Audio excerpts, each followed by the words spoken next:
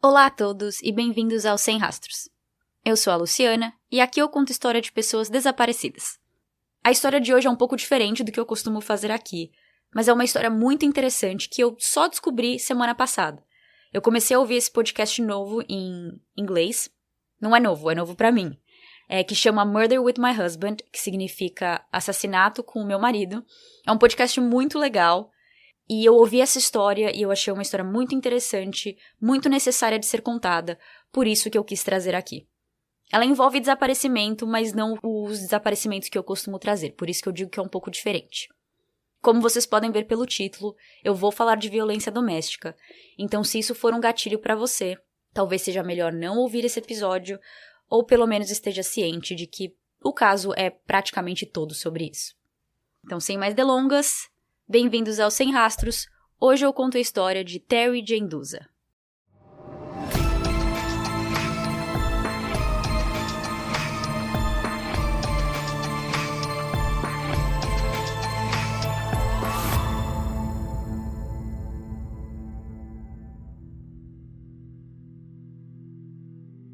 Na tarde do dia 31 de janeiro de 2004, um homem chamado Nick Nicolai ligou para a polícia para reportar o desaparecimento de sua esposa, Terry Genduza.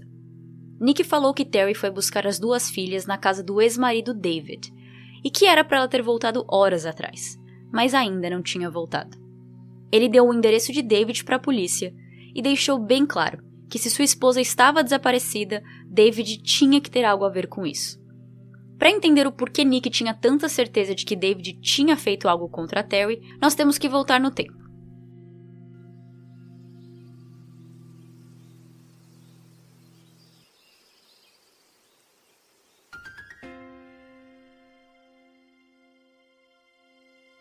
Terry e David se conheceram em 1983 na faculdade, pois faziam parte do mesmo grupo de amigos.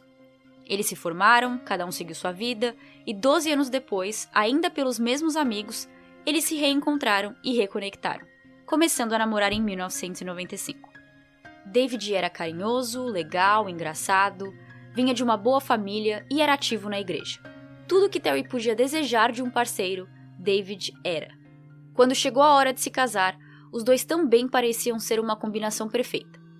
Ela queria muito casar, ter filhos e ser uma mãe/dona de casa. E David também queria filhos e que a esposa ficasse em casa cuidando dos pequeninos. Então, para todos em sua volta e para eles mesmos, David e Terry eram a metade da laranja um do outro. No convite de casamento estava escrito: sonhos realmente se realizam. Os dois se casaram em 1996 e foram no dia seguinte para sua lua de mel no Havaí. O abuso começou no 4º dia da lua de mel. Os dois iam andar em uma trilha, e no final dessa trilha tinha uma praia.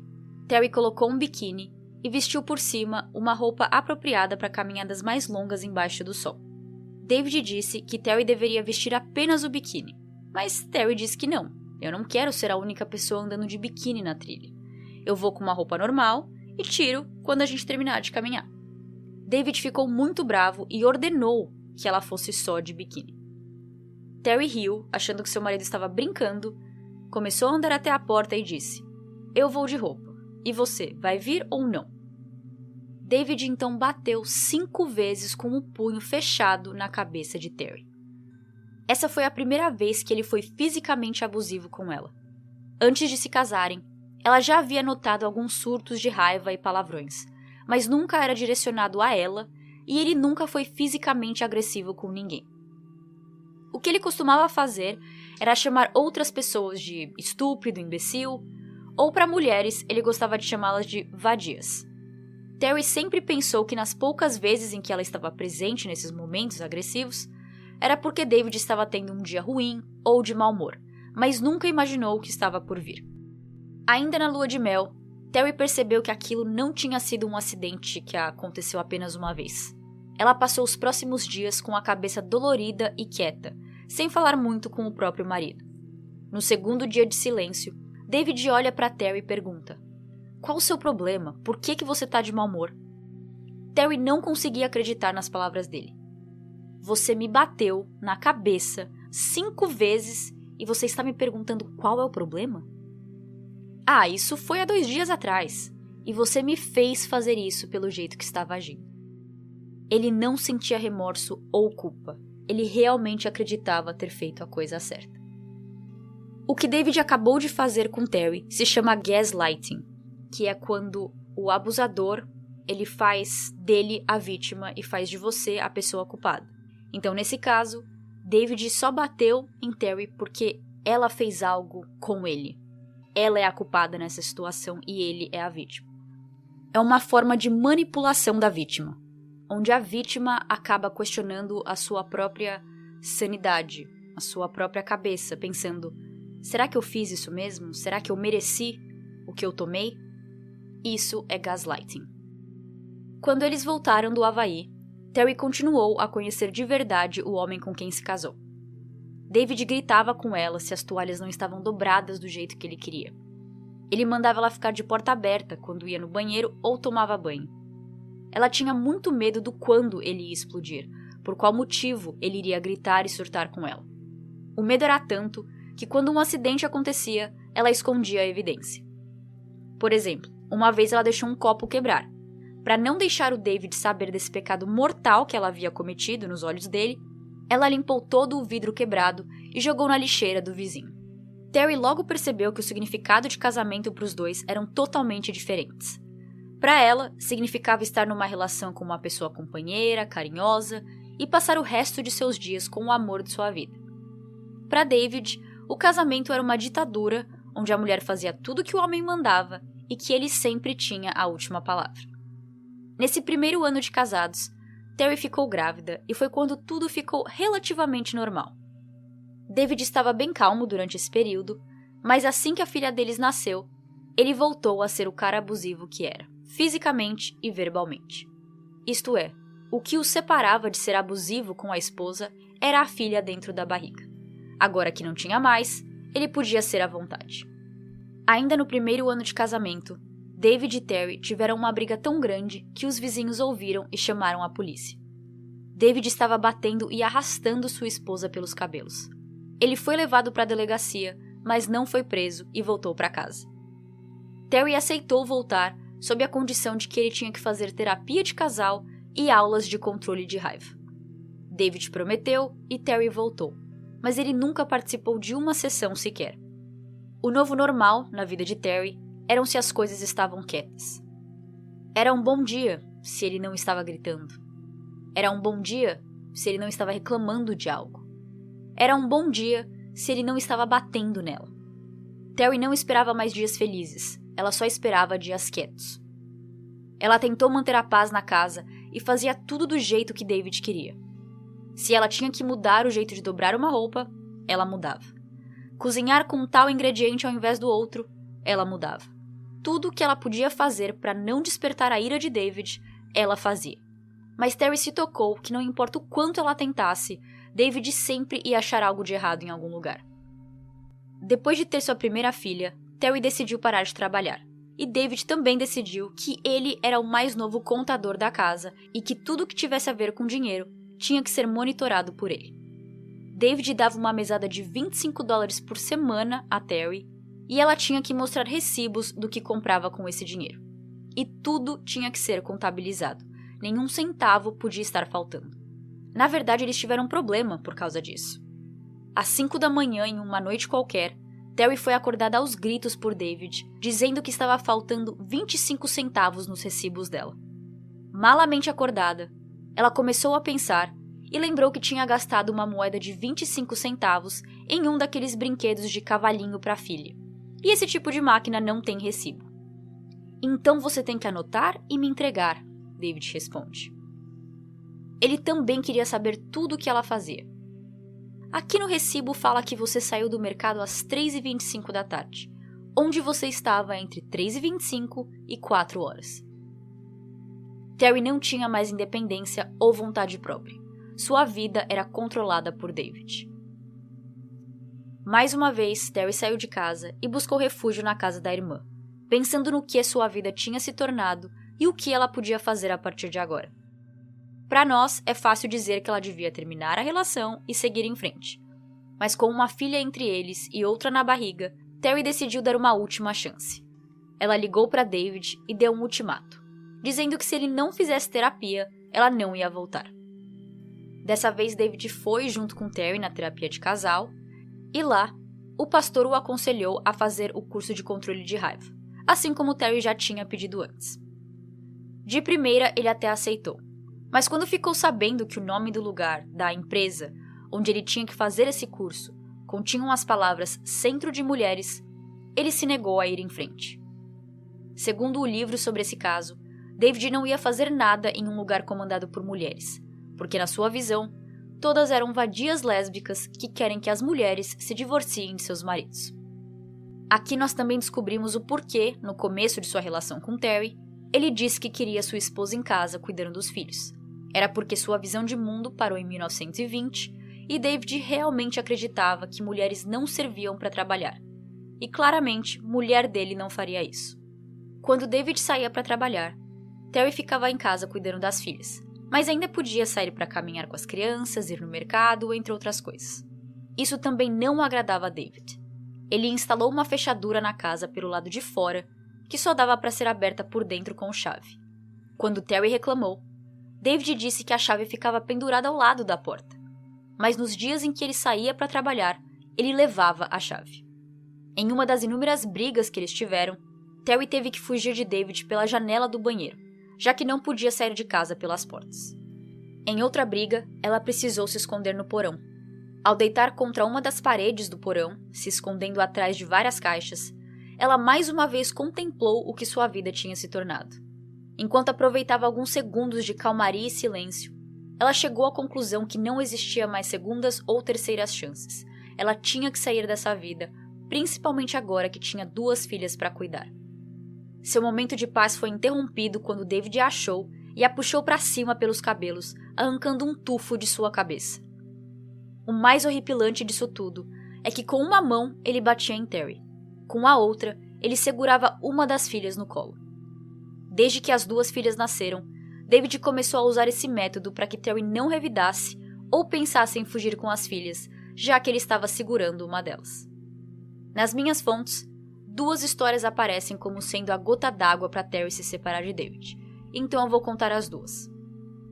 A gota d'água número 1 foi quando em uma noite, David chegou do trabalho e, obviamente, estava reclamando e brigando por algum motivo. Terry lembra de sua filha de 2 anos gritando, chorando, colocando as mãos nas orelhas, indo para debaixo da mesa e falando: "Papai, fica quieto, para de gritar." David andou até ela, se agachou e disse: "Você não me manda calar a boca." A gota d'água número 2 veio em formato de macarrão. Terry tinha deixado uma caixa de espaguete fora do armário para fazer a janta naquela noite. Enquanto dava papinha para sua filha mais nova, David mandou ela guardar o macarrão, senão ia estragar. Ela explicou que era espaguete, seco, não ia estragar, e que logo ela ia fazer o jantar. Então não, ela não ia guardar de volta. David disse que não se importa, que era para fazer o que ele mandasse. Terry ignorou seu marido, terminou de dar comida para a bebê e a pegou no colo para levá-la até o quarto das crianças. No meio do caminho, David empurra Terry pelas costas e ela quase cai com a bebê no chão. Se ela tivesse caído, teria sido em cima da filha, podendo machucá-la ou pior. Esse incidente foi necessário para Terry achar coragem dentro de si e sair dessa vida, deixando David para trás. Ela aguentou muito nas mãos desse homem, mas agora estava afetando as crianças. Ela pensou: se eu não tenho respeito por mim mesma, que eu tenha pelas minhas filhas, porque eu não quero essa vida para elas. Terry tinha medo de que logo elas seriam abusadas assim como ela estava sendo. No dia seguinte a esse episódio, Terry ligou para uma amiga e perguntou se ela podia levá-la a um abrigo de mulheres. A amiga disse: "Terry, eu estarei aí em 5 minutos. Faça uma mala e eu te levo aonde você quiser." Quando David descobriu que essa amiga tinha ajudado Terry a fugir, ele foi até a casa dela e perguntou aonde a família dele estava. A amiga respondeu: "Na verdade, David, eu não sei onde elas estão, mas a Terry não vai voltar." David disse: "Eu dei meu voto até que a morte nos separe e eu pretendo mantê-los. Eu não sei que tipo de relação você tem com seu marido, mas é assim que meus votos funcionam." Terry e as filhas ficaram no abrigo por algumas semanas e o abrigo a ajudou muito, dando todo o apoio, informação e recursos que ela precisava para sair daquela situação. Com isso, em 1999, depois de 3 anos e meio sofrendo nas mãos de seu marido abusivo, Terry saiu de casa e pediu o divórcio. No dia do divórcio, quando o ex-casal estava assinando os papéis, David chorou muito, e enquanto chorava, ele disse: "Você vai se arrepender disso. Seja em meses ou anos, mas você vai se arrepender." Terry olhou para David e respondeu: "A única coisa que eu me arrependo é de ter casado com você." Mesmo com todo o abuso e sofrimento passado por ela em seu casamento, a corte deixou que David tivesse guarda compartilhada das filhas. Terry não gostava disso e estava batalhando para tirar David totalmente, porque ela não queria que as filhas crescessem com alguém tão mal cuidando delas. Ela argumentou na corte que se David era abusivo e destratava ela, ele faria o mesmo com as filhas. Contudo, isso não era o bastante aos olhos do sistema judicial, que estavam mais impressionados com o fato de um pai querer passar tempo com as filhas. Alguns meses depois de separar de seu ex-marido, ainda em 1999, Terry se juntou a um grupo de coral profissional e foi lá onde ela conheceu Nick. Nick gostou de Terry desde o começo e um dia a convidou para um encontro, mas ela recusou. Ainda estava muito cedo para ela pensar na possibilidade de se relacionar com outro homem, principalmente depois de tudo que ela tinha passado. Só um ano depois, já em meados dos anos 2000, ela aceitou o convite de Nick e ambos tiveram seu primeiro encontro em um jogo de hóquei. Com os dois se aproximando cada vez mais, ela falou para Nick sobre seu ex-marido, sobre o abuso sofrido por ela, contou que tinha 2 filhas com ele e que compartilhavam custódia. Nada disso assustou ou afastou Nick. Ele se dava muito bem com Terry e as meninas, então os dois começaram a namorar, e um tempo depois, Nick pediu Terry em casamento, e ela disse não. Ela estava feliz com o Nick, mas ela não sabia se estava preparada para enfrentar outro casamento. Nick, Crystal, sabia que os motivos para Terry não casar não tinham a ver com ele, e sim com ela e seu passado. Então ele deu espaço a Terry, esperou o momento ser bom para ela, e esse momento chegou. E em outubro de 2003, eles se casaram. Desde que se separaram, em 1999, até 2003, quando se casou com Nick, Terry e David continuaram tendo guarda compartilhada e continuaram se vendo 2 vezes por semana para fazer a troca. Toda vez que Terry ia buscar as filhas na casa de David, era um parto de tão difícil. Ele era abusivo com ela verbalmente e algumas vezes também fisicamente. Ele demorava para entregar as crianças e não a deixava entrar na casa. Desde que eles se separaram, ela nunca mais pisou dentro do que um dia foi também a casa dela. Porque já que a casa estava no nome dele, Terry foi a que saiu e arranjou outro lugar para morar. Mesmo sem David deixar Terry entrar, do lado de fora pela porta, ela conseguia ver que a casa estava uma bagunça. Cada dia que passava, David ficava mais próximo de se tornar um acumulador, e muitos dos itens que ele não queria se desfazer tinham a ver com seu tempo casado com Terry. Ele guardou tudo relacionado ao dia do casamento dos dois, como o vestido que Terry usou, álbum de fotos e vídeos do dia do casamento. David colocava o vídeo do casório para as crianças assistirem, e quando chegava na parte dos votos, onde o casal diz que vão ficar juntos até que a morte os separe, David falava para as filhas: "Olha, vocês estão vendo, a mamãe mentiu. A mamãe não manteve a promessa dela. O papai manteve, mas a mamãe não." Cansada de sempre ter problemas com a visita e de David fechar a porta em sua cara, Terry decidiu fazer o leve busca das crianças apenas em lugares públicos. Mas essa ideia acabou não durando muito, pois ela sempre precisava de alguma amiga ou familiar para ir com ela, por questão de segurança. Só que ela não queria ficar incomodando os outros com isso. Então ela voltou a fazer a troca na própria casa de David, esperando que depois de tantos anos ele conseguisse seguir em frente. Antes que vocês perguntem, o Nick ir com ela não era uma opção. David ficava ainda mais bravo e se comportava de um jeito mais imaturo do que o normal. Por isso, Terry tinha que pedir ajuda de amigos e família, mas não do próprio marido. Entre idas e vindas da casa de David e de lugares públicos, Terry teve que chamar a polícia em 2 ocasiões diferentes durante esses 3 anos. E no dia 22 de janeiro de 2004, ela decidiu fazer uma medida protetiva contra ele. No estado de Wisconsin, onde eles moravam, quando uma pessoa tem uma medida protetiva em seu nome, ela não pode ter armas e, caso tenha, ela tem que entregar para a polícia. David tinha armas, mas sem um mandado, a polícia não podia simplesmente entrar em sua casa e pegar. Para isso acontecer, a polícia precisava de provas que ele estava usando a arma ou algo assim. Mas de qualquer maneira, David continuou possuindo armas de fogo mesmo com a medida protetiva de Terry. Enquanto Terry batalhava pela guarda-sola, ela fazia de tudo para que no dia a dia as filhas não sentissem o peso de todo o estresse que seu ex-marido causava. Na corte, eles perguntaram a Terry se David já tinha sido abusivo com as meninas, e sua resposta era ainda não. Já que ela não conseguiu provar um passado abusivo da parte de David com as filhas, eles continuaram dando guarda compartilhada a ele. Em uma das vezes que Terry ligou para a polícia, foi porque David tinha lhe dado um soco na cara. Eles foram, tiraram fotos, fizeram um relatório e mandaram de volta para o promotor. Mas esse decidiu não prestar queixas porque não achava que era evidência o bastante contra David. Recapitulando, Terry se casou com David em 1996, se separou em 1999, conheceu Nick no mesmo ano e se casou com ele em 2003. Em 2004, no dia 22 de janeiro, ela entrou com uma medida protetiva contra David. E no dia 30 de janeiro, ela e Nick descobriram que estavam esperando um filho. Ao contrário do trauma que sofreu com seu primeiro marido, Nick era companheiro, amigo e um ótimo padrasto para as filhas. Então os dois estavam muito felizes com a novidade. As crianças estavam na casa de David esse dia, e ambos mal podiam esperar pelo dia seguinte, onde Terry ia buscar as filhas e juntos iam contar a novidade para elas. As duas meninas já falavam sobre ter mais um irmãozinho ou irmãozinha, então Terry sabia que sua gravidez ia ser uma boa notícia para toda a sua família. Na manhã do sábado, 31 de janeiro de 2004, Terry se arrumava e se agasalhava para buscar as filhas na casa do pai. Mesmo indo de carro, janeiro em Wisconsin era muito frio. Nesse dia, a temperatura estava negativa, menos 5 graus Celsius, e estava nevando. O plano de Terry era buscar as filhas e levá-las para o shopping para comprar um presente, porque elas tinham uma festa de aniversário aquela tarde.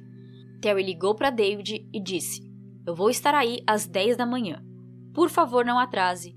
Peça para as meninas estarem prontas assim que eu chegar." Antes de sair, Nick perguntou a Terry se ele deveria ir junto, mas ela achou melhor não, já que eles já tiveram problema no passado causados por sua presença. 2 semanas antes, ele tinha ido buscar as meninas com Terry e isso fez David enlouquecer.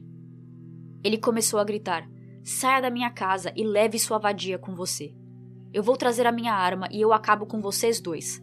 Por acaso eu levo a minha namorada na casa de vocês?" Vendo que era uma memória recente, Nick entendeu que era melhor ele ficar para trás e se despediu de sua esposa. Terry sai de casa às 9h55 da manhã, em direção à casa de David, que era apenas a 5 minutos de distância. Ela e Nick esperavam que toda essa viagem, de ir lá buscar as meninas, colocar no carro e voltar, ia demorar no máximo uns 15, 30 minutos. Ela chegou lá, bateu na porta e pediu para David trazer as meninas. Ao contrário de todas as visitas anteriores nos últimos 3 anos, onde ele se comportava irracionalmente e violento sempre que Terry aparecia, dessa vez ele estava calmo, sereno. Aquele dia 31 de janeiro era também o dia exato que, há 3 anos atrás, os dois se divorciaram. Terry pensou se a mudança do comportamento podia ter algo a ver com esse aniversário. Terry saiu de casa em 1999 e agora nós estamos em 2004, o que são 5 anos. Então esse aniversário era do dia que eles se sentaram na frente dos advogados e assinaram os papéis oficializando a separação, que foi em janeiro de 2001. Bom, com Terry ainda do lado de fora da porta, David disse que as filhas não estavam prontas e perguntou se ela não queria esperar por elas dentro de casa. David abriu mais a porta, deixando claro que queria que Terry entrasse, e que, como eu disse, era algo que ela não fazia desde 1999. Terry não confiava em David e disse que não ia entrar. Irritada porque ela tinha ligado para ele, pedindo para que as crianças estivessem prontas, mas ainda com uma paciência de Jó, Terry voltou para o carro e esperou por mais 15 minutos. Nisso, David aparece na porta e diz que as meninas estavam brincando de esconde-esconde e queriam que a mamãe fosse achá-las.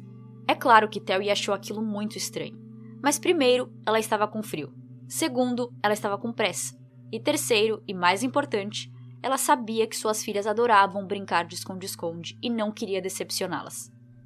Terry entra na casa e começa a procurar pelas meninas, as chamando pelo nome e brincando de volta, dizendo que a mamãe ia encontrá-las. Quando Terry se vira de costas, David bate em sua cabeça com um taco de beisebol e ela cai desmaiada. Ele fica parado praticamente em cima de Terry, esperando ela acordar. Quando ela acorda, ele começa a bater nela de novo com o taco, 6 vezes na cabeça e não sei quantas vezes pelo resto de seu corpo. Ele esperou ela acordar para então espancar. Ele queria que Terry soubesse o que estava acontecendo, que seu ex-marido estava a matando. Terry tenta falar com ele, pedindo para parar, dizendo que vai desistir do processo, que ele não precisava mais pagar pensão. Mas David não parou. Depois de muitos golpes, David cansa de espancá-la, e enquanto descansa, ele percebe que Terry ainda está se mexendo. Então, primeiro, ele tenta sufocá-la com as próprias mãos. Quando percebe que não é algo fácil como os filmes mostram, ele tirou o tênis e meias de Terry e, junto com alguns panos que ele tinha, ele colocou a meia e os panos na boca dela. Para ter certeza de que Terry não ia conseguir mais respirar, ele tira os panos e substitui colocando fita adesiva no rosto inteiro de Terry, da testa até o pescoço, dando voltas pela sua cabeça, tapando nariz e boca.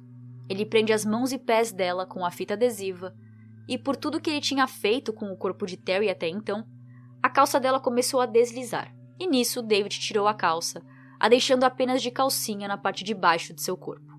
David pega uma lata de lixo, daquelas maiores, que ficam do lado de fora das casas, que o lixeiro passa para pegar o lixo, e coloca o corpo de Terry dentro. Ele leva a lata até o lado de fora da casa e começa a arrastar pela neve, fazendo neve entrar na lixeira, congelando Terry. Quando terminou, ele colocou a lixeira na caçamba de sua caminhonete e cobriu com uma lona. Ele entrou de volta e falou para as crianças que eles iam sair. As meninas estavam esse tempo todo dentro de casa, trancadas no quarto assistindo um filme com o pai espancando a mãe a um cômodo de distância. Horas depois, David para seu carro no estacionamento de uma empresa de armazenamento. Esse tipo de empresa não é muito comum no Brasil, mas uma empresa de armazenamento é aquelas que você pode alugar um box, grande ou pequeno, para guardar coisas que você não usa mais, mas que também não quer jogar fora. Aqui nos Estados Unidos elas são muito populares, e você acha elas em cada bairro, mas costuma ser em lugares mais isolados, pois é necessário um terreno muito grande para uma empresa dessas. David abre a porta do carro para as crianças, as deixando brincar pelo terreno, e enquanto isso, tira a lata de lixo da caminhonete e vai com ela até seu box, no segundo andar do prédio. Era um box muito pequeno. Tinha 2 metros de largura por 3 metros de comprimento. David colocou a lata de lixo em um dos cantos do box, passou fita adesiva por toda a tampa, fechando bem a lata, e ainda empilhou um monte de coisa em cima para esconder a lixeira ou deixar menos óbvio. Ele volta para o carro, coloca as crianças no banco traseiro e vai embora continuar seu dia. Enquanto isso, Nick estava ficando cada vez mais preocupado. Já fazia horas que Terry e as meninas tinham que ter voltado para casa e nada. Aqui, nós voltamos para o começo do episódio, onde Nick liga para a polícia para comunicar o desaparecimento de sua esposa e sua suspeita com o ex-marido David. A polícia chega na casa de David ao 12:30 e começa a conversar com os vizinhos. Os vizinhos disseram que viram o carro de Terry estacionado na frente da casa naquela manhã e que depois viu David colocando o carro dela para ser rebocado. Com tudo o que estavam ouvindo, sabendo que além de Terry, 2 crianças também estavam desaparecidas, os policiais decidiram emitir um Amber Alert às 1h45 da tarde. Os detetives continuaram sua ronda de entrevista, indo até a casa do pai de David e conversando com amigos. A casa do pai não trouxe nenhuma pista, pois não tinha ninguém lá. Já os amigos explicaram ainda mais para os detetives o quanto a relação entre ele e Terry era ruim e deram mais detalhes sobre David em si, que ele tinha armas, tinha propriedades em outras cidades e estados e que ele trabalhava como controlador de tráfego aéreo no aeroporto local e que ele estava escalado para trabalhar aquela noite. Mesmo chegando na casa de David e conversando com os vizinhos ao 12:30, os detetives só conseguiram um mandado autorizando a entrada deles dentro da casa às 3:30 da tarde. E quando entraram, já sabiam que estavam lidando com uma cena do crime. No meio de toda a bagunça e lixo que era a casa de David, perto da mesa de jantar, tinha uma mancha de sangue no carpete, de mais ou menos 1 metro de diâmetro. Na cozinha, uma pequena lata de lixo azul continha pedaços de fita adesiva com sangue seco e uma calça preta que era igual ao que Terry estava usando aquele dia, segundo a descrição de Nick para a polícia. A busca na casa de David durou até as 9h30 da noite, onde eles também procuraram por outras pistas, como a localização de suas outras propriedades, pensando que Terry pudesse ter sido levada para algum desses endereços. Também foi achado um estojo de arma, mas quando abriram, estava vazia, fazendo de David agora mais perigoso, pois ele possivelmente estava armado.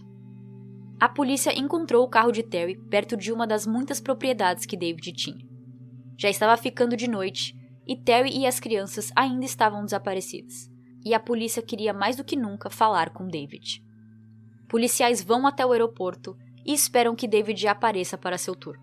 Para a alegria deles, David aparece, mas ele está sozinho. Não tem ninguém nos bancos ou na caçamba de sua caminhonete. Mas um dos policiais nota que tem sangue na caçamba. Então, depois de pedir para que David os acompanhe até a delegacia, eles apreendem o carro para fazer perícia. Para convencer David a ir para a delegacia, eles disseram que sua ex-esposa e filhas estavam desaparecidas e ele podia ser de ajuda para o caso. David aceita, meio irritado, como se isso fosse uma grande inconveniência para ele, mas aceita. Na salinha, ele disse que suas filhas estão na casa da namorada, pois ele tinha que ir trabalhar e precisava deixar as crianças com alguém. Policiais são enviados para a casa dessa namorada e lá encontraram suas filhas sãs e salvas, que nem sabiam que algo tão horrível tinha acontecido. Eram quase 10 horas da noite quando as meninas foram levadas para ficar com a irmã de Terry, e os policiais agora estavam focados totalmente em achar o corpo dela, que já estava desaparecida há 12 horas. Na delegacia, o detetive Christopher comanda a interrogação com David, e quando ele pergunta sobre Terry, David se solta um pouco e começa a falar que era para ela ter aparecido aquela manhã para buscar as meninas, mas que ela nunca apareceu e que ela sempre fazia isso, que Terry não era uma boa mãe e mesmo assim ficava brigando na justiça para tirar as crianças dele, etc, etc. Ele disse que tentou ligar para o seu pai e irmão para ver se algum deles podiam ficar com as meninas, mas quando ninguém podia, ele saiu de casa lá pelas 11h30 e foi até a casa da namorada, onde ela ficou com as filhas. Christopher pergunta: quando foi a última vez que Terry esteve em sua casa? David dá um sorrisinho e diz: nós dois temos uma regra básica. Eu não entro na casa dela e ela não entra na minha casa nunca. Christopher olha para ele e diz: pode parar de mentir, David, porque nós já sabemos da verdade. Nós conversamos com seus vizinhos e nós sabemos que Terry esteve hoje de manhã na sua casa. E nós também entramos na sua casa e vimos a mancha de sangue, a calça de Terry e a fita adesiva no lixo. Então, onde ela está? David fica surpreso e nervoso com essa nova informação. Ele não esperava que os policiais tivessem entrado em sua casa. Christopher contou em entrevistas que nesse momento do interrogatório, David começou a passar as mãos nas pernas, num ato nervoso mesmo, mas que chamou a atenção do detetive para as calças de David. Então Christopher diz: por acaso, David, eu estou vendo que você tem sangue nas calças que você está usando agora. Então me diz, onde está Terry? Como esperado, ele muda sua história. Agora ele diz que sim, Terry esteve em sua casa naquela manhã. Ele estava terminando de colocar a lição de casa das meninas na mala, quando Terry apareceu, segurando um martelo e já com as calças abaixadas na altura do tornozelo. Com medo de Terry atacá-lo, ele pegou o taco de beisebol que milagrosamente estava ali do lado, pronto para ser usado, e deu um golpe na cabeça de Terry. Depois, ele pegou a fita adesiva, mas não se lembra o porquê e nem o que aconteceu depois. Horas de entrevista com David foi andando em círculos, com ele repetindo que lembrava de ter pego a fita adesiva, mas que não lembrava o motivo e nem o que aconteceu depois. Eu peguei a fita adesiva e não lembro porquê. Eu peguei a fita adesiva e eu não sei o que eu fiz de novo. Ele repetia essa frase o tempo todo. Na 4ª hora desse vai e vem, Christopher diz: você está me dizendo que você se lembra onde esteve essa manhã. Você se lembra o que comeu no café. Você se lembra de estar com suas filhas. Mas você não consegue lembrar onde Terry está ou o que você fez com ela. Esse pequeno detalhe escapou de sua mente, é isso? Então tá bom.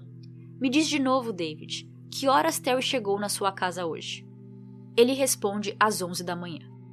Christopher sorri e diz: David, meus policiais estavam em sua casa hoje às 11h03 da manhã e nem você e nem Terry estavam lá. E o motivo pelo qual nós estávamos na sua casa hoje de manhã foi porque nós recebemos uma ligação de uma mulher dizendo que seu ex-marido estava tentando matá-la e que ela estava presa dentro de uma lata de lixo na caçamba de sua caminhonete. Terry se fingiu de morta esse tempo todo e com isso ela conseguiu ligar para a polícia.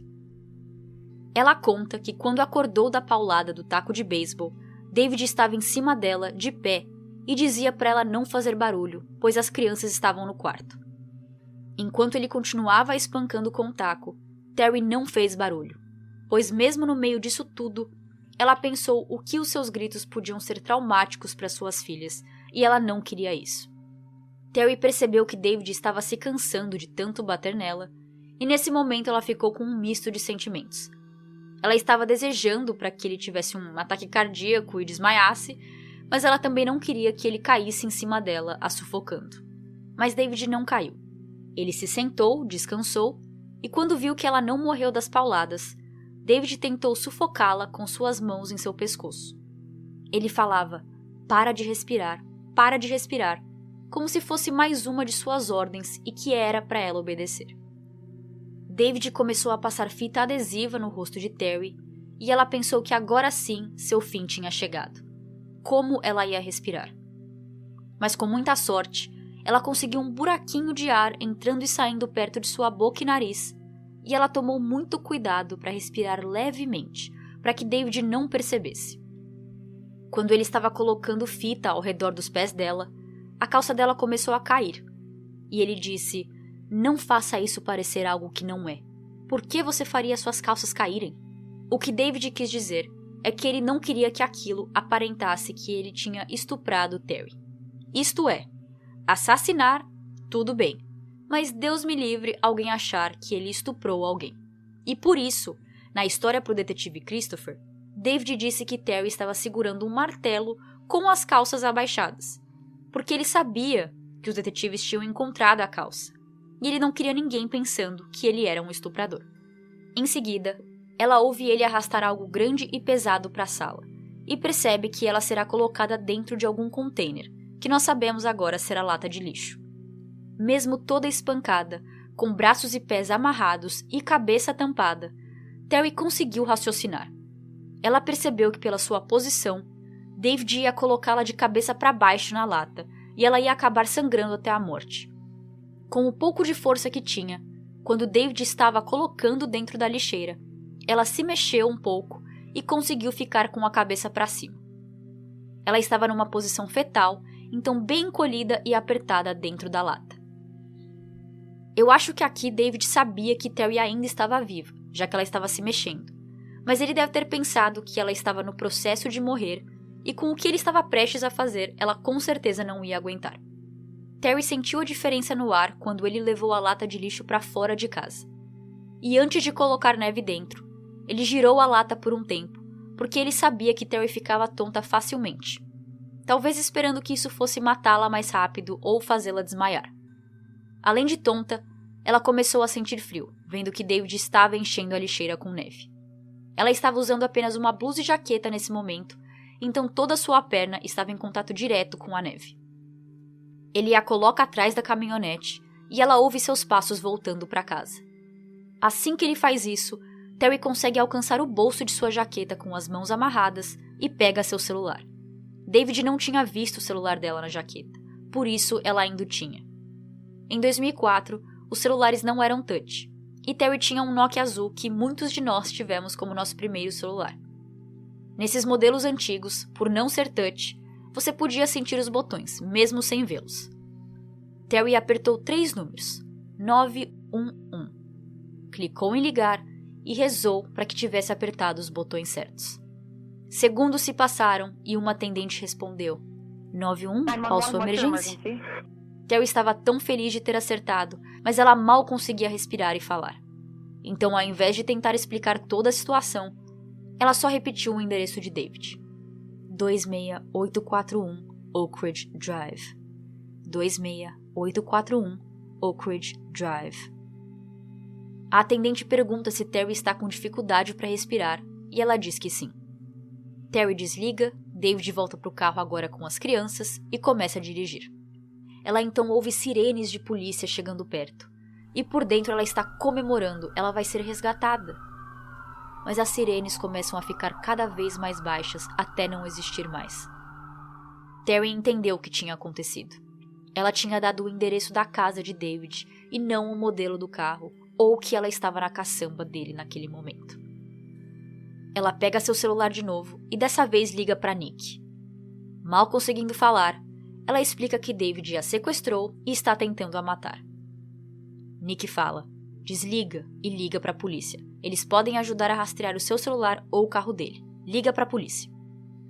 Ela desliga e faz exatamente isso. Por David estar dirigindo, dessa vez a ligação cai em outra unidade de atendentes, então ela não fala com a mesma pessoa que falou antes.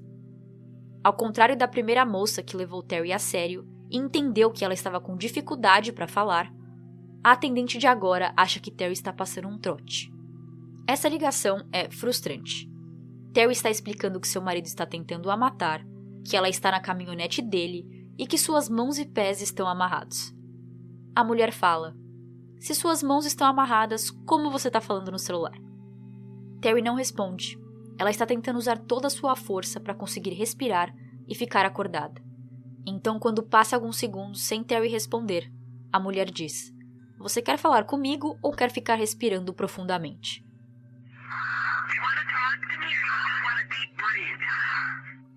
Por Terry não responder mais, a atendente desliga o telefone. E é acreditado que Terry não respondeu porque desmaiou. Em algum momento durante a viagem, ela acorda sentindo muito frio, pois David não tinha fechado a lata de lixo, só tampado com a lona. Então a neve e o vento estavam a congelando. Aproveitando o pequeno buraco aberto que tinha entre a lixeira e a lona, Terry decidiu colocar a mão para fora para tentar chamar a atenção de algum outro carro passando pelas ruas. Ela começa acenando, balançando a mão de um lado para o outro, quando sente o carro parar. Ela mal tem tempo de colocar a mão para dentro e David já estava lá dando uma paulada nela com o taco de beisebol. Ele colocou a lona por cima dela de novo e disse, se você tentar fazer mais alguma coisa, eu vou pegar a minha arma. Com isso, Terry fez muito esforço para ficar acordada, mas enquanto ele dirigia, ela desmaiou e acordou algumas vezes. Ela lembra mais ou menos que seu telefone tocou em algum momento, David ouviu e tirou o celular dela, tirando também sua chance de continuar buscando por ajuda. Ela acorda de novo quando sentiu a lata sendo arrastada em algum lugar, mas decidiu continuar se fingindo de morta, sem se mexer, com medo real da ameaça de David sobre usar a arma. Ela ouve ele colocando a lixeira em algum lugar, fechando com a tampa e colocando coisas em cima da lixeira. Ela ouve o portão fechar e silêncio. Ela acha que ele foi embora, mas não tem certeza. Então ela fica em silêncio por um tempo também. Surpreendendo ainda mais, quando Terry decidiu gritar por ajuda, ela não gritou socorro ou algo assim. Ela gritou o nome de David. Ela pensou que se David ainda estivesse por lá e ouvisse ela gritar, ela podia dizer que estava gritando o nome dele porque queria conversar com ele. Mas quando ela viu que ele não voltou ou respondeu, ela começou a gritar por socorro. Mas ela não sabia que estava em um box de uma empresa de armazenamento, no segundo andar, no meio do nada. Aqui, Terry começa a sentir a lata de lixo encolher, mas o que estava acontecendo é que a cabeça dela estava inchada, dando essa sensação. Nisso já se passaram horas que ela aguentou todo o espancamento, sufocamento e frio acordada. Mesmo desmaiando aqui e ali, ela sempre acordava. E agora Terry estava ficando com medo de que a próxima vez que ela dormisse, ela não acordaria mais. Então ela estava fazendo um esforço tremendo para se manter ativa. Enquanto Terry foi deixada para morrer lentamente dentro da lata de lixo, David voltou para a cidade com as crianças, as deixou na casa da namorada e depois foi para o trabalho, onde a polícia o chamou e levou para a delegacia. Na delegacia, O interrogatório já durava 6 horas com o detetive Christopher perguntando onde Terry estava e com David dizendo: "Não sei, não lembro, eu sei que peguei a fita adesiva e depois não lembro mais." "David, a Terry ligou para a polícia. Ela nos contou o que aconteceu. Se tem alguma chance dela estar viva, por favor, nos fale. Está frio, ela é a mãe de seus filhos, ela está sangrando, nos ajude." Christopher pensou que apelar para o lado emocional de David podia dar certo. Mas não. David respirou fundo e disse: "Estou cansado, quero dar um intervalo." Pela lei, quando alguém sendo interrogado pede por um intervalo, tem que ser concebido. Christopher não queria perder aquele tempo precioso, ele queria continuar fazendo perguntas para David, mas ele não podia negar o pedido. Mesmo sem Terry, as evidências já apontavam para David sendo culpado de algo, então eles deram o recesso que ele pediu, mas o prenderam também. Eles deram um macacão laranja para David e, em troca, ele entregou suas roupas e pertences para a polícia. Quando David pediu pelo intervalo e foi levado para a prisão, já eram 4 da manhã. E o supervisor de Christopher disse que eles iam voltar a se encontrar às 7 da manhã para planejar uma maneira de fazer David falar. Ao chegar em casa, Christopher conta que quando foi se deitar, a esposa disse: "Eu sei qual caso você está trabalhando. Vocês encontraram ela?" Christopher responde que não. Sua esposa diz: "Então o que você está fazendo aqui?" Ele não conseguia dormir, então ele tomou um banho e voltou para a delegacia. Ele ia começar a fuçar a caixa com os pertences de David, quando um outro detetive apareceu e disse para Christopher tentar de novo falar com David, e que ele ia ver aquela caixa de evidências. Christopher estava prestes a ver a carteira de David, então esse outro detetive disse: "Pode deixar que eu vejo, não se preocupe, vai lá falar com ele." Esse outro detetive, ao ver a carteira de David, achou um cartão de visita para uma empresa de armazenamento. Essa empresa era no estado vizinho, em Illinois. Por que esse cara, que mora em Wisconsin, teria um box de armazenamento em Illinois? Não fazia sentido. Ele ligou para a empresa e perguntou: "Você poderia verificar se vocês têm uma pessoa chamada David Larson alugando um de seus boxes?" O funcionário disse: "Sim, temos." Nisso, já era manhã do dia 1 de fevereiro, então o detetive pergunta: "Você poderia ver se David foi aí ontem?" O funcionário diz de novo: "Sim, ele esteve aqui." O detetive diz: "Ok, então eu quero que você me coloque na espera, vá até o box dele e veja se você consegue ouvir ou ver alguma coisa." O funcionário vai e, quando volta, ele diz que conseguia ouvir gemidos e um choro bem baixinho. Na hora, os detetives já saem em direção ao outro estado, mas sabendo que ia levar um tempo, eles ligam para a polícia do estado de Illinois e pedem para eles irem até lá o mais rápido possível. 2 policiais de Illinois foram enviados até a empresa de armazenagem e, quando chegaram no portão do box de David, eles gritaram: "Tem alguém aí? É a polícia." Mas ninguém respondeu. Terry disse depois que ouviu a polícia gritando, mas estava com medo de ser David e ela queria continuar fingindo que estava morta. O funcionário não tinha uma chave mestra para a porta, o que eu espero que eles mudaram desde então.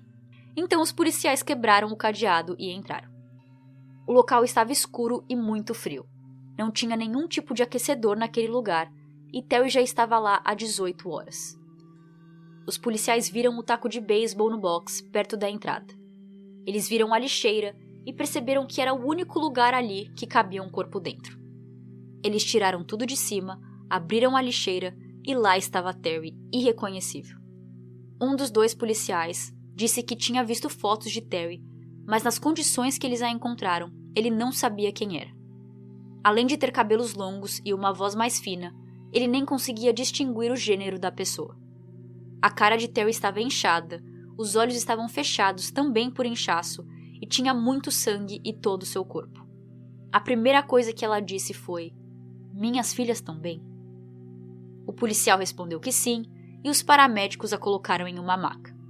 Nesse momento, o policial viu o corpo inteiro de Terry esticado, fora da lixeira, e disse que ela tinha sido espancada no corpo inteiro, da cabeça aos pés.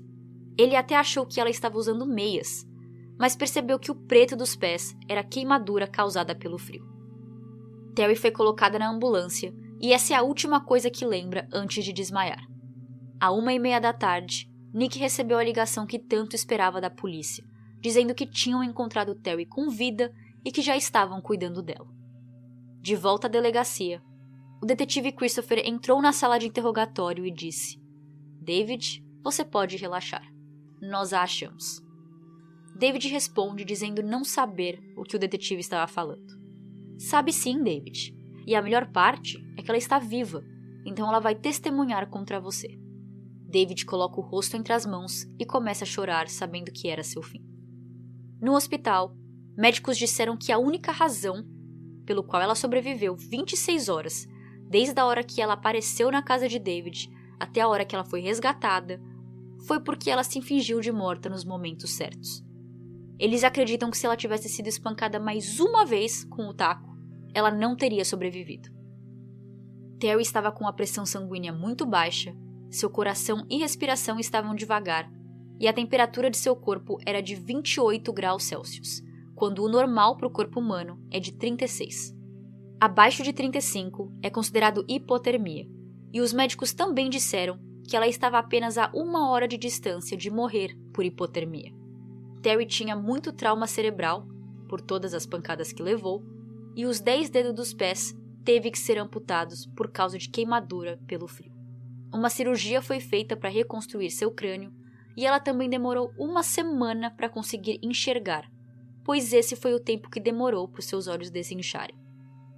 No corpo de Terry, médicos desenharam linhas nos braços e pernas, porque esses membros estavam tão congelados que eles pensaram precisar amputar, assim como fizeram com os dedos do pé. Eles resolveram esperar e não amputar de primeira. Por Terry ser jovem, existiam chances de sua pele voltar ao normal, e eles estavam certos. 1 semana depois, os braços e pernas de Terry já aparentavam estar melhor. Eu não consegui achar a idade exata de Terry, mas pelas minhas contas de quando ela estava na faculdade e quando se casou, eu acho que em 2004 Terry estava chegando perto dos 40 anos. Mesmo com muitos problemas, Terry estava fora de perigo de morrer. Infelizmente, o bebê no qual ela e o Nick tinham descoberto apenas um dia antes, que ainda estava no estágio inicial de feto, não sobreviveu.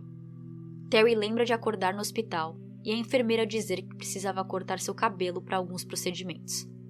Ela quis rir, porque achou a situação cômica. Ela não se importava com o cabelo dela. Eles podiam cortar à vontade, que ela só queria saber que tudo ia ficar bem. Alguém também falou que David estava preso, e ela disse que naquele momento, a condição dos pés dela ou do corpo não importava. Cortar o cabelo não importava. E que só 3 coisas importavam. Que David estava na prisão, que ela estava viva e que suas filhas estavam bem. No total, ela ficou 7 semanas no hospital e passou por 10 cirurgias. E mesmo depois de voltar para casa, ela ficou em uma cadeira de rodas acompanhada por uma enfermeira por mais algumas semanas. Ela não gostava do fato de não poder mais subir as escadas de sua casa para colocar as filhas na cama e dar um beijo de boa noite. Mas por outro lado, ela estava viva e nunca mais teria que ver David de novo. Em agosto de 2005, David foi sentenciado à prisão perpétua por tentativa de homicídio, sequestro e violência doméstica. Para o detetive, ele tinha o melhor cenário, porque ele tinha uma vítima que estava viva e podia contar a história toda para o juiz e para o júri do que esse homem tinha feito com ela. David tentou usar a desculpa da amnésia em seu julgamento, mas não adiantou. Em 2010, David tentou fugir da prisão e sua sentença perpétua mudou para prisão perpétua em uma unidade de segurança máxima. O plano dele era fingir que estava doente, que tinha algum tipo de emergência médica onde ele precisava ser levado para o hospital. Nós já sabemos que David não é um cara muito inteligente, mas ele escreveu seus planos num papel e os agentes penitenciários leram. Ao invés de parar David, eles deixaram ele seguir em frente com o plano e no dia que ele tentou fingir a tal emergência, os agentes disseram: "Surpresa, a gente já sabe do seu plano, você agora será mandado para uma prisão de segurança máxima." Quando Terry já estava melhor e David preso, o detetive Christopher disse: "Você ouve as histórias de David e o quão controlador ele era com Terry, e agora você pensa onde ele está, e que ele nunca mais vai ter controle de nada, nem dele mesmo. Ele é dito quando tem que dormir, quando acordar, o que ele pode ou não fazer, pelo resto dos dias dele. No final desse conto de terror, com a história de Terry sendo veiculada nacionalmente nos Estados Unidos, as pessoas começaram a falar mais sobre violência doméstica e como o seu caso foi mal gerenciado desde o começo. David nunca foi preso nas vezes que a polícia foi chamada e por 4 anos, desde seu divórcio até a tentativa de homicídio, ele continuou com a guarda compartilhada. Ele literalmente deu um soco na cara de Terry quando eles já estavam separados e o promotor não achou que aquilo era o bastante para prendê-lo ou tirar a guarda dele. David passou tanto tempo de sua vida sendo uma pessoa ruim e abusiva e nunca se dando mal, que ele estava confiante de que aqui não seria diferente. Ele nem checou se Terry tinha um celular quando bateu nela e colocou na caminhonete. Ele passou anos abusando Terry e nunca sofreu as consequências. Em 2015, quando Terry deu entrevista para um programa de TV, ela disse que ainda estava casada com Nick, que as filhas dela agora eram adolescentes e que ela no final teve um filho com Nick. E em 2015 ele tinha 7 anos. Desde seu dia traumático em 2004, Terry renasceu e decidiu usar sua nova vida para ajudar na causa de violência doméstica. Ela agora viaja e fala sobre o assunto. Ela fala sobre como ela deveria ter morrido aquele dia. Ela perdeu muito sangue, seus rins estavam falhando e ela estava congelada. Mas que ela ainda está aqui e por isso ela faz o trabalho que faz. Ela sente o dever de sair por aí falando sobre isso, trazendo atenção e visibilidade ao assunto, tentando salvar e ajudar quem pode. Ela dá palestras, conta sua história e fala sobre como identificar sinais de uma relação abusiva e buscar ajuda. Mesmo contando sua história repetidamente todos os anos, Terry às vezes ainda se emociona ou tem dificuldade em falar sobre. Ela diz que quando precisa ir em algum lugar, ela tem que trazer essa história à tona de novo, mas quando chega lá e vê as pessoas reagindo, ela percebe que é necessário fazer isso.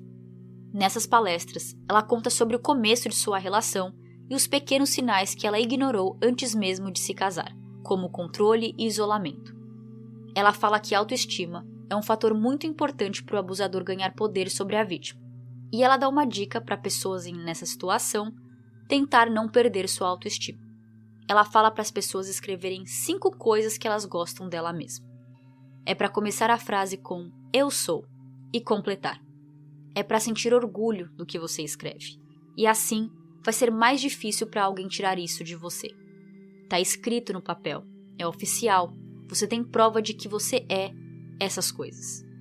Não deixe alguém dizer o contrário.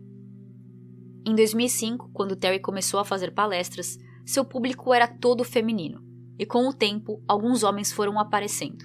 E hoje em dia, às vezes, costuma ser metade igual de homens e mulheres. Ela termina suas palestras dizendo que suporte de amigos e família é muito importante, e que não precisa ser algo grandioso.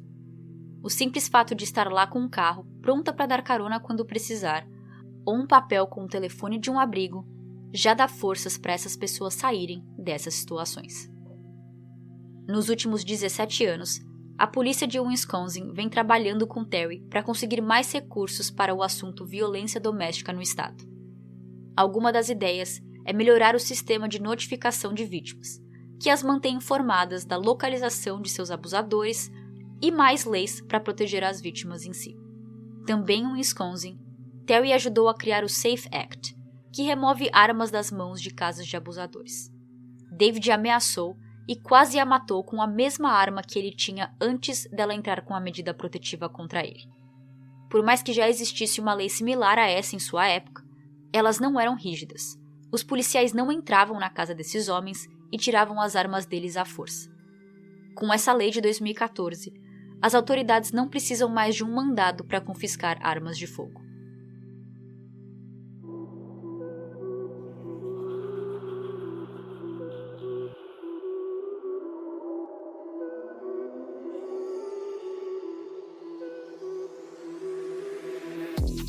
Essa foi a história de Terry, maravilhosa, que aguentou tanto tempo fechada, 18 horas em uma lixeira. Eu sinceramente não sei como ela aguentou. Por isso que eu quis trazer essa história, porque quando eu ouvi eu achei incrível, eu não conhecia. E mesmo sendo um pequeno tempo de desaparecimento, porque os casos que eu costumo trazer aqui são mais tempo, Mesmo assim, eu quis trazer porque eu achei era uma história muito interessante, é uma história que tem um final feliz, né, se a gente puder pensar por esse lado. Me frustra muito saber que ele nunca foi preso antes ou que ele nunca sofreu as consequências de suas ações, mas que ao mesmo tempo é como se tudo tivesse que ter acontecido desse jeito, porque agora ele nem tem chance de sair. Se ele tivesse sido preso no passado, talvez por bater nela, infelizmente o tempo na prisão não é muito, às vezes é alguns meses, às vezes é só pagar uma multa, e agora não. E agora ele tentou matá-la, mas não conseguiu, e mesmo assim vai ficar preso pro resto de suas vidas, numa prisão. Espero que vocês tenham gostado dessa história. Ela me deu muita motivação de uma maneira estranha. Eu achei a história de Terry incrível, incrível. Eu considero ela um exemplo. E é isso. Vejo vocês no próximo episódio. Tchau, tchau!